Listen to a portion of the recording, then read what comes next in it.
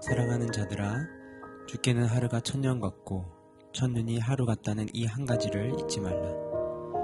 주의 약속은 어떤 이들이 더디다고 생각하는 것 같이 더딘 것이 아니라 오직 주께서는 너희를 대하여 오래 참으사 아무도 멸망하지 아니하고 다 회개하기를 이르기를 원하느니라.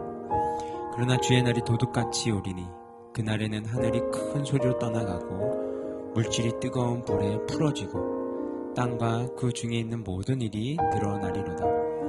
이 모든 것이 이렇게 풀어지리니 너희가 어떠한 사람이 되어야 마땅하냐? 거룩한 행실과 경건함으로 하나님의 날이 임하기를 바라보고 간절히 사모하라.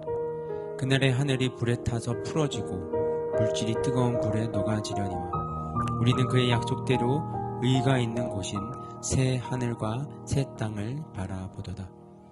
그러므로 사랑하는 자들아, 너희가 이것을 바라보나니 주 앞에서 점도 없고 흠도 없이 평강 가운데 나타나기를 힘쓰라. 또 우리 주의 오래 참으심이 구원이 될 줄로 여기라. 우리가 사랑하는 형제 바울도 그 받은 지혜대로 너에게 이같이 썼고 또 그 모든 편지에도 이런 일에 관하여 말하였으되 그 중에 알기 어려운 것이 더러 있으니 무식한 자들과 굳세지 못한 자들이 다른 성경과 같이 그것도 억지로 풀다가 스스로 멸망에 이르느니라. 그러므로 사랑하는 자들아, 너희가 이것을 미리 알았은즉 무법한 자들의 미혹에 이끌려 너희가 굳센 데서 떨어질까 삼가라. 오직 주 곧 구주 예수 그리스도의 은혜와 그를 아는 지식에서 자라가라. 영광이 이제와 영원한 날까지 그에게 있을지어다. 아멘. 초대교회 당시에 많은 성도들은 예수 그리스도께서 머지않은 때, 심지어 당대가 자신의 시대가 끝나기 전에 재림하실 것이라고 생각하고 있었습니다. 그것은 아마도 이 세대가 지나가기 전에 이 일이 다 이루리라 라고 말씀하신 주의 말씀과 또 당대의 성도들이 생각하기에 땅끝까지 복음을 전파하라는 마지막 주의 지상 대명령이 어느 정도 성취된 것처럼 보였기 때문일 것입니다. 뿐만 아니라 그리스도교에 대한 로마 제국의 대대적인 박해와 함께 주께서 재림의 징조들 중 하나로 말씀하신 이단의 극성스러운 활동 등도 있었기 때문에 많은 성도들은 그리스도의 재림이 자꾸 지체되는 것처럼 생각되었고 심지어 그리스도의 재림이 없다라고 하는 그 이단의 사설에 귀가 솔깃해지기까지 했습니다. 이에 대해 베드로는 다음과 같이 세 가지의 사실을 들어 해명합니다. 첫째, 근본적으로 하나님은 인간의 시간 개념을 초월해 계시는 분이므로 인간의 시간 개념을 가지고 그리스도의 재림이 지체된다고 생각해서는 안 된다는 것입니다. 둘째, 주의 재림이 현재 당장 이루어지지 않고 있는 것은 아직 하나님께서 택하신 자들이 다 회개하고 구원 얻지 못하였기 때문이라는 것입니다. 셋째, 주의 재림의 날은 도적같이 임할 것이라는 것입니다.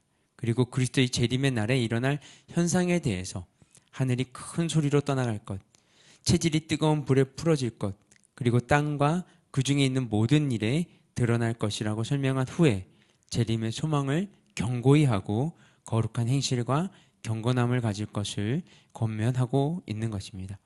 그럼 이제 말씀 속으로 한번 들어가 보겠습니다. 9절입니다.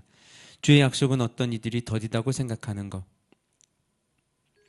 같이 더딘 것이 아니라 오직 주께서는 너희를 대하여 오래 참으사 아무도 멸망하지 아니하고 다 회개하기에 이르기를 원하시느니라. 여기서 주의 재림과 관련한 초대교회 분위기를 읽을 수 있습니다. 초대교회 성도들은 예수 그리스도의 재림이 머지않아 이루어질 것이라는 믿음을 가지고 살았습니다. 심지어 그들 가운데에는 자신의 생전에 예수 그리스도께서 천사들을 대동하시고 이 세상을 심판하러 오실 것이라는 믿음을 가진 사람들도 있었습니다. 그러나 여러 해가 지나고 시간이 지나도 예수 그리스도의 재림은 이루어지지 않았습니다. 그 결과 교회 안에서 예수님의 재림에 대한 시기가 늦어짐에 따른 불평이 생기기 시작했습니다. 그러한 가운데 성도들이 그들에게 동조되는 분위기도 자연스럽게 형성되었습니다. 바로 그러한 시점에서 사도 베드로는 본문의 말씀을 성도들에게 준 것입니다. 그는 주님의 재림이 지연되는 듯 보이는 이유를 하나님의 오래 참으신 가운데서 발견하였습니다. 즉 하나님은 모든 사람들이 하나님께 회개하고 돌아오기를 원하시기 때문에 참고 기다리고 있다는 것입니다. 이 말은 천국 복음이 모든 민족에게 증거되기 위하여 온 세상에 전파되리니 그제야 끝이 오리라는 예수님의 말씀과도 잘 조화를 이루고 있는 것입니다. 우리는 이 말씀을 통해 하나님의 약속은 그 계획 가운데 있음을 알 수 있습니다. 하나님은 예수 그리스도를 통해서 모든 민족에게 복음이 증거된 이후에 주의 재림이 이루어질 것이라는 약속을 주셨습니다. 이것은 태초부터 하나님의 계획 가운데 있었습니다. 하지만 우리들은 그리스도의 재림에 대한 약속을 자기 중심적으로 해석하는 경향이 많습니다. 가령 초대교회 성도들은 교회가 외부 세력으로부터 박해받는 상황을 보고 그것을 말세의 징조로 해석하였습니다. 당시 초대교회 성도들은 종교적으로는 유대교로부터, 정치적으로는 로마 정부로부터 박해를 받고 있었습니다. 바로 그러한 시대상은 성도들에게 그리스도의 재림을 더욱 소망하게 만드는 결과를 가져왔습니다. 하지만 그들의 바람과 달리 예수님의 재림은 그 반세기가 지나도록 이루어지지 않았습니다. 그래서 그들은 불평하며 신앙적으로 흔들리고 있었습니다. 하지만 여러분, 하나님은 당신의 모든 계획 가운데서 그의 일을 진행하시는 분입니다. 거기에는 인간적인 생각이나 주장들이 개입될 여지가 없습니다. 특히 예수님의 재림의 시기에 대해서는 더더욱 그렇습니다. 우리 모두가 성경에 기록되어 있는 하나님의 약속이 전적으로 하나님의 계획 가운데 있음을 믿고 사시기를 바랍니다. 다음으로 10절입니다. 그러나 주의 날이 도둑같이 오리니 그 날에는 하늘이 큰 소리로 떠나가고 물질이 뜨거운 불에 풀어지고 땅과 그 중에 있는 모든 일이 드러나리로다. 앞선 9절 말씀은 만인의 구원을 위해서 오래 참으시는 하나님의 속성이 잘 드러나 있는 구절입니다. 하지만 하나님은 그의 심판을 오래 참으시나 결코 영원히 참고 기다리시는 분은 아니라는 사실을 본절은 말해주고 있습니다. 여기서 주의 날은 도둑같이 오리니라는 말이 의미하는 바는 예수님께서 재림하시는 날은 그 어느 누구도 알 수 없고 그 날은 예고 없이 찾아온다는 도둑처럼 갑자기 찾아온다는 뜻입니다. 예수님도 이와 같은 말씀은 하신 바 있습니다. 하지만 불신자들 가운데는 주님의 재림이 속히 임하지 않는 것을 가리켜 주님의 재림은 없다고 주장한 사람들이 허다합니다. 그러나 이들보다 더 불쌍한 사람들은 하나님을 믿되 재림에 대한 소망을 가지고 있지 않은 사람들입니다. 이들은 눈에 보이는 교회 생활을 충실히 하나 눈에 보이지 않는 하나님 나라에 대해서는 주저하는 곧 현실에 기초하여 신앙생활을 하는 사람들입니다. 하지만 우리가 하나님을 믿고 그의 보내신 예수 그리스도를 구세주로 믿는다면 성경에 기록된 재림에 대한 약속을 믿는 것은 성도의 당연한 의무입니다. 그런데 사단은 지금도 주님의 재림의 사실을 숨기기 위해서 우리를 미혹하고 있습니다. 이러한 유혹이 있을 때일수록 우리는 말씀으로 돌아가야 합니다. 구약 성경에는 그리스도께서 오실 것이라고 하는 초림의 약속이 약 350회 예언되어 있었습니다. 그 약속대로 하나님은 그리스도를 이 땅에 보내셨습니다. 성경에는 또한 그 그리스도께서 다시 온다는 재림의 약속에 대한 언급이 신약 성경 260장 중에 316회나 기록되어 있습니다. 뿐만이 아니라 그 본문이 갖는 공통점은 예수 그리스도의 재림이 아무런 예고 없이 갑자기 이루어진다는 사실을 말하고 있다는 것입니다.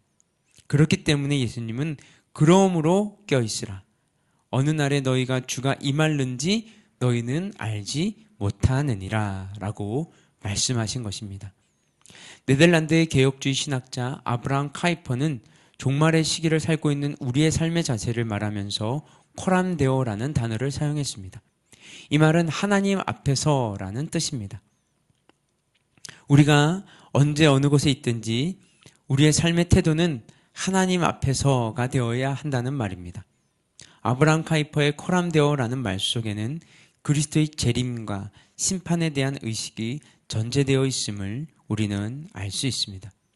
여러분, 많은 사람들이 주님의 재림의 시기에 관심을 두고 있고 또 그것이 궁금한 것이 사실이기도 하지만 주를 믿는 성도들에게 있어서는 주님의 재림의 시기가 언제인가 하는 것이 그리 중요하지 않습니다. 우리에게 있어서 중요한 것은 주님의 재림이 반드시 있다는 전제하에 그것을 소망하며 믿음으로 현재의 삶을 살아가는 것입니다. 성도의 현재의 삶은 늘 하나님 앞에서 사는 삶이어야 합니다. 그분이 우리 삶의 주인 되시며 우리의 삶의 전 영역이 그분의 통치 아래 있으며 우리가 그분의 인도하심에 따라 사는 것, 이것이 바로 하나님 앞에서 영이 되는 삶이 되는 것입니다. 이는 곧 신랑을 맞을 준비가 되어 있는 처녀들과 마찬가지인 것이죠. 성도가 이러한 지혜로운 준비된 삶을 영위한다면 주의 재림이 지금 이 시간에 오든 혹은 천년 이후에 오든 그것은 그리 중요하지 않습니다. 이 사실을 명심하시면서 현재 여러분 모두의 삶이 하나님 앞에서 영이 되는 삶이 될 수 있도록 애쓰시는 저와 여러분 되시기를 주님의 이름으로 축복합니다. 함께 기도하겠습니다. 하나님, 많은 사람들이 주님의 재림의 때가 언제인지를 연구하고 예측하고 추측합니다. 하지만 믿는 우리들에게 정작 중요한 것은 그 주님의 때가 언제인지가 아니라 그것을 전제하고 살아가고 있는 우리의 삶이 어떠한가일 것입니다. 하나님, 우리가 이 땅 가운데 살아가면서 하나님 앞에서 사는 삶이 되게 하여 주시옵소서. 당신만이 우리 삶의 주인 되시고 우리 삶의 전 영역의 그 통치가 주님의 아래 있게 하시며 우리가 하나님의 인도하심에 따라 살게 하시며 하나님 앞에서 영이 되는 삶이 되게 하여 주시옵소서. 이 모든 말씀 예수 그리스도의 이름으로 기도드렸습니다. 아멘. 우리 계속해서 개인 기도 제목 가지고 기도하며 나아가도록 하겠습니다.